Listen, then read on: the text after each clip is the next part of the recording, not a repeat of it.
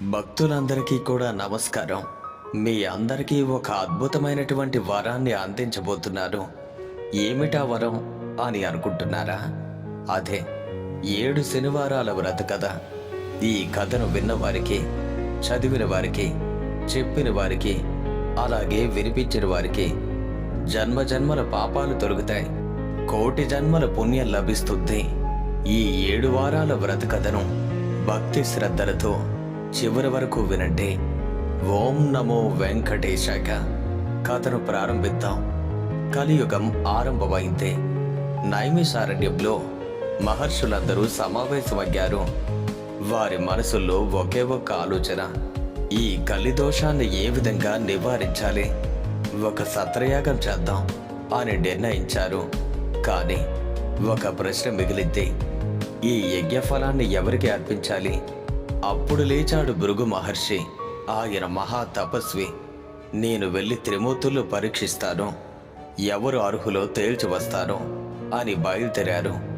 ఇక సత్యలోకంలోకి భృగు మహర్షి చేరుకున్నారు. అక్కడ బ్రహ్మదేవుడు సరస్వతీదేవి వీణానందంలో లీనమై ఉన్నాడు. మహర్షి యొక్క రాకను గమనించలేదు. భృగు మహర్షికి విపరీతమైన కోపం వచ్చింది.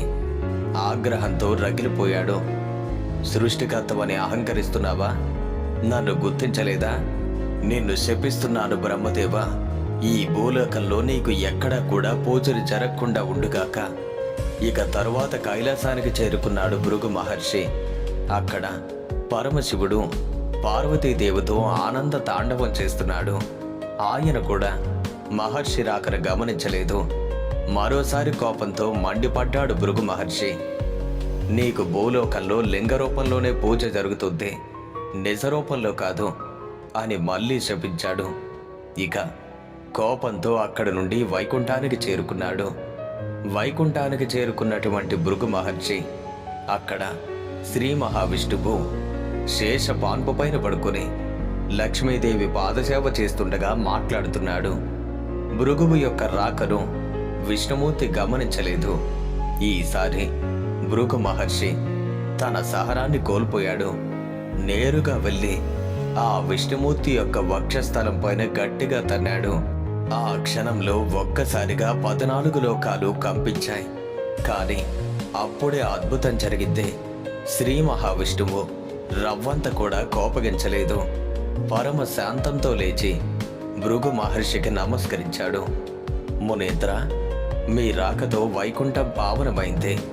మీ రాకను నేను గమనించలేదు, నన్ను క్షమించండి అంటూ స్వయంగా భృగువు యొక్క పాదాలు ఒత్తసాగారు. ఇక భృగు మహర్షి ఆశ్చర్యంతో, గర్వభంగంతో, భక్తితో కరిగిపోయాడు. దేవదేవ, మీ వంటి సత్వగుణ సంపన్నులు 14 లోకాల్లోనూ లేరు. మీరే యజ్ఞఫలానికి అర్హులు. భూలోకంలో అవతరించి ధర్మాన్ని రక్షించండి. కానీ అప్పుడే ఒక సమస్య వచ్చింది. లక్ష్మీదేవికి కోపం వచ్చింది. ఎందుకంటే శ్రీహరి యొక్క వక్షస్థలమే నా నివాసం. దాన్ని ఒక ముని తన్నాడు.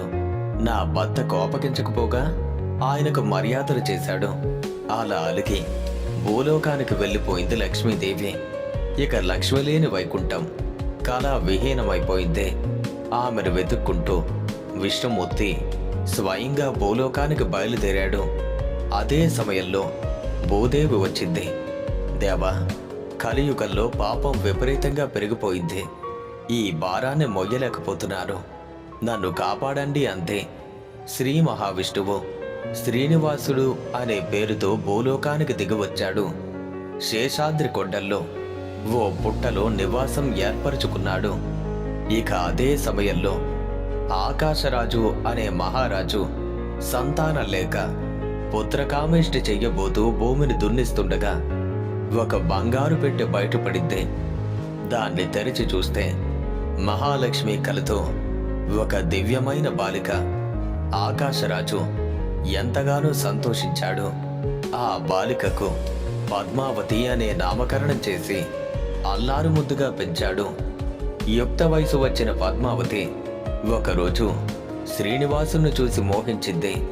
ఆకాశరాజు శ్రీనివాసుని యొక్క తేజస్సును చూసి ఈయనే శ్రీ మహావిష్ణువు అని గ్రహించి పద్మావతీదేవిని ఇచ్చి వివాహం చేశాడు. శ్రీనివాసుడు వెంకటేశ్వరుడు అనే నామంతో తిరుమల శిఖరాలపైన కలియుగాంతం వరకు నివసించాలని నిర్ణయించుకున్నారు. తొండమాన్ చక్రవర్తి అనే రాజు ఆ స్వామికి అద్భుతమైన ఆలయాన్ని నిర్మించాడు. ఇక అప్పటి నుండి నేటి వరకు శ్రీ వెంకటేశ్వరుడు భక్తులకు ఓ కల్పవృక్షంలా కొలువై ఉన్నారు. సౌనకాది మునులు సూతుణ్ణి అడిగారు, శ్రీనివాసుని అనుగ్రహం పొందిన భక్తుల కథను కూడా మాకు చెప్పండి అని. ఇక సూత మహర్షి ఈ విధంగా చెప్పసాగాడు. తిరుపతికి సమీపంలో ఒక చిన్న పల్లె ఉంది. అక్కడ భీముడు అనే కుమ్మరివాడు ఉండేవాడు. అతను చాలా పేదవాడు, కానీ భక్తిలో అపార ధనవంతుడు.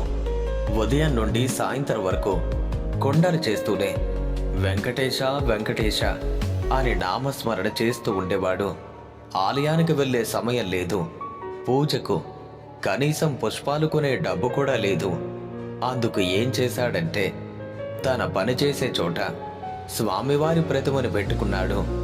చేతికి అంటిన మట్టిని దానితోనే పువ్వుగా చేసి భక్తితో ఆ స్వామికి సమర్పించేవాడు. ఆ విధంగా ఆ కుమ్మరివాడు శ్రీ వెంకటేశ్వరుడికి నిత్య పూజ చేసేవాడు. అదే సమయంలో తొండమాన్ చక్రవర్తి ప్రతిరోజు వెంకటాచలానికి వెళ్ళి బంగారు పువ్వులతో స్వామివారిని అర్చించేవారు. కానీ కొంతకాలానికి అతనిలోని అహంకారం బాగా పెరిగింది. నాలా బంగారు పువ్వులతో పూజించేవారు ఎవరైనా ఉన్నారా అని ఎంతగానో గర్వపడేవాడు. ఒకరోజు ఒక ఆశ్చర్యకరమైన విషయం జరిగింది. తాను ఉంచినటువంటి బంగారు పుష్పాల స్థానంలో కొన్ని మట్టి పువ్వులు కనిపించాయి. ఎవరిలా మార్చారో, అచ్చుకులేమైనా దొంగిలించారా అని కాపలాగా భటులు ఉంచాడు.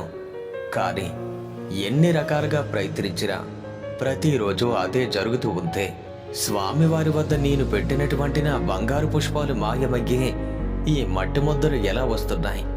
అతనికి ఏమీ అర్థం కాలేదు. ఆశ్చర్యపడ్డాడు, అలాగే కలవరపడ్డాడు. చింతాక్రాంతుడైనటువంటి ఆ మహారాజుకు స్వామివారు కలలో కనిపించారు. రాజా, సమీప గ్రామంలో భీముడు అనే కుమ్మరు ఉన్నాడు.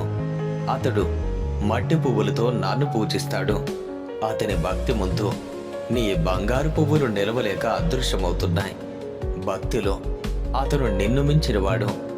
ఇక రాజుకు అంతా అర్థమైతే స్వామివారికి నమస్కరించాడు. మరుసటి రోజు రాజు ఆ పల్లెకు వెళ్ళాడు. అక్కడ చూశాడు, భీముడు ఆ సారి తిప్పుతూ చేతికి అంటినటువంటి ఆ మట్టిని పువ్వుగా చేసి కన్నీటితో స్వామికి సమర్పిస్తున్నాడు. తొండమాన్ చక్రవర్తి అతని దగ్గరికి వెళ్ళి, ఓ ఈ కుమ్మరి, మట్టి పువ్వులతో స్వామివారిని ఎందుకు పూజిస్తున్నావు అని అడిగాడు. భీముడు వినయంగా చెప్పాడు, మహారాజా, నేను చదువురాని మూర్ఖుణ్ణి. పూజా విధానం తెలీదు, పువ్వులు కొనే స్తోమత లేదు. కానీ స్వామివారిని ప్రేమించే హృదయం ఉంది. అందుకే ఈ మట్టి పువ్వులే నా బంగారు పుష్పాలు. ఇవి నా భక్తి సమర్పణ. ఇక రాజు కళ్ళల్లో కన్నీళ్లు. తన అహంకారం తనకు తెలిసొచ్చింది. భీముడికి నమస్కరించి తన రాజ్యానికి తిరిగి వెళ్ళాడు. అలా అన్ని వేళలు కూడా స్వామివారిని పూజించినటువంటి ఆ భీముడు కొంతకాలానికి సశరీరంగా వైకుంఠానికి వెళ్ళాడు. స్వామి తొండమానుడికి కలలో కనిపించి చెప్పారు, ఇకపైన నా ఉదయ ప్రసాదం మట్టి పాత్రలోనే నివేదించాలి అని. ఇక ఆనాటి నుండి నేటి వరకు ఓడు అనే ప్రసాదం మట్టి కుండలోనే నివేదన చేస్తారు. ఈ కథను మొత్తం విన్నటువంటి సౌనకాది మునులు మరో కథను తెలుపమని కోరారు. సూతుడు ఇలా చెప్పసాగాడు. కాంచీపురంలో దేవదత్తుడు అనే బ్రాహ్మణుడు, అతని భార్య మాలిని నివసించేవారు. వేద పండితుడు, ధర్మపరాయణుడు, వెంకటేశ్వర భక్తుడు. ఒకరోజు వారింటికి కాశీయాత్ర చేసినటువంటి ఒక బ్రాహ్మణోత్తముడు అతిథిగా వచ్చాడు. భోజనానంతరం ఆ బ్రాహ్మణుడు దేవదత్తుని యొక్క జాతకాన్ని చూసి దిగ్భ్రాంతి చెందాడు. దేవదత్త, నీ జాతకంలో శనిదోషం ఉంది, అపమృత్యు యోగం కనిపిస్తుంది. ఆ మాట వినగానే మాలిని భయంతో వణికింది. ఏమైనా పరిహారం ఉందా అని అడిగిద్దే. ఉంది. సప్త శనివారం వ్రతం చేయండి, స్వామివారిని భక్తితో ఆరాధించండి, అలాగే శనీశ్వరుణ్ణి కూడా. ఇక ఆ శనివారమే బ్రాహ్మీ ముహూర్తంలో నిద్రలేచారు. ఈశాన్య భాగంలో పూజాపీఠం ఏర్పాటు చేశారు. స్వామి యొక్క చిత్రపటాన్ని ప్రతిష్ఠించారు. నైవేద్యంగా కొబ్బరికాయలు, అరటిపళ్ళు, నల్ల రుద్రాక్షలు, 7 చిమ్మిలి గుంటలు భక్తి శ్రద్ధలతో పూజ చేసి బ్రాహ్మణుడికి భోజనం పెట్టి తరువాత తాము భోజనం చేశారు. ఇలా వరుసగా 7 శనివారాలు వ్రతం చేశారు. ఇక 7వ నాటి శనివారం రాత్రి స్వామివారు మాలినికి స్వప్నంలో సాక్షాత్కరించారు. పరమ సాధ్వి, నీ భక్తికి చాలా సంతోషించారు. నీ భర్తకు శనిదోషం తొలగిపోయింది, అపమృత్యు భయం కూడా పోయింది. రాబోయే జన్మలోని ఆయుర్దాయాన్ని ఈ జన్మకు తెచ్చాను. మీరిద్దరూ కూడా నిండు నూరేళ్లు సుఖంగా జీవించండి, ధర్మార్థ కామ మోక్షాలు సాధించుకోండి. ఇక మెలకు వచ్చినటువంటి మాలిడి తన భర్తకు స్వప్నంలో జరిగిందంతా చెప్పింది. ఇద్దరూ ఆనంద బాష్పాలతో స్వామివారిని స్తుతించారు. శుభ ముహూర్తాన తిరుమలకు వెళ్ళి మొక్కులు తీర్చుకుని అన్న సంతర్పణ చేశారు. జీవితాంతం స్వామివారిని సేవిస్తూ చివరికి శ్రీ వెంకటేశ్వరుని సాన్నిధ్యాన్ని పొందారు. కలో శ్రీ వెంకటనాయక. కలియుగంలో శ్రీ వెంకటేశ్వర స్వామిని మించిన ఆరాధ్య దైవం లేరు. అయితే ఒకవేళ ఎవరైనా ఈ సప్త శనివారాల వ్రతం చేస్తే శని దోషాలు తొలగుతాయి, అపమృత్యు భయం తొలగుతుంది, సంతాన ప్రాప్తి కలుగుతుంది, ఆయురారోగ్యాలు లభిస్తాయి, సకల శుభాలు కలుగుతాయి, స్వామివారి అనుగ్రహం తప్పక లభిస్తుంది. ఓం నమో వెంకటేశాయ.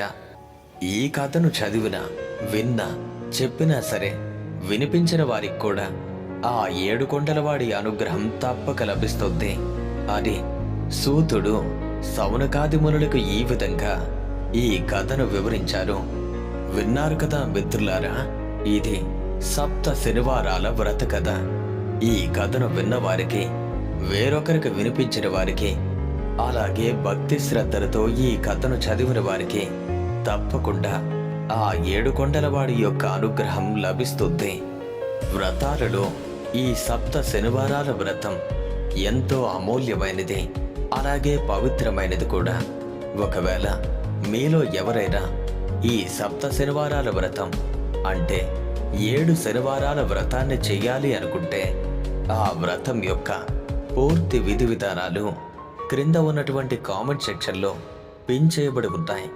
అక్కడికి వెళ్ళి మీకు కావలసినటువంటి ఆ వివరాలన్నింటినీ గమనించి విధి విధానంగా ఆ వ్రతాన్ని ఆచరించి స్వామివారి యొక్క అనుగ్రహానికి పాత్రులవుతారు. ఈ వీడియోను చూస్తున్న మీ అందరికీ కూడా ఓ చిన్న విన్నపం. ఈ వీడియో కనుక మీకు నచ్చినట్టయితే లైక్ చేయండి, షేర్ చేయండి.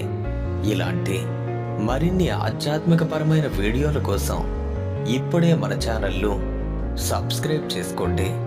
అఖిలాండ కోటి బ్రహ్మాండ నాయక, సూర్యకోటి సమప్రభ వెంకటేశ్వర ఆ స్వామి యొక్క అనుగ్రహం మీ అందరిపైన ఉండాలని మనస్ఫూర్తిగా వేడుకుంటూ సర్వే జనా సుఖినో భవంతు.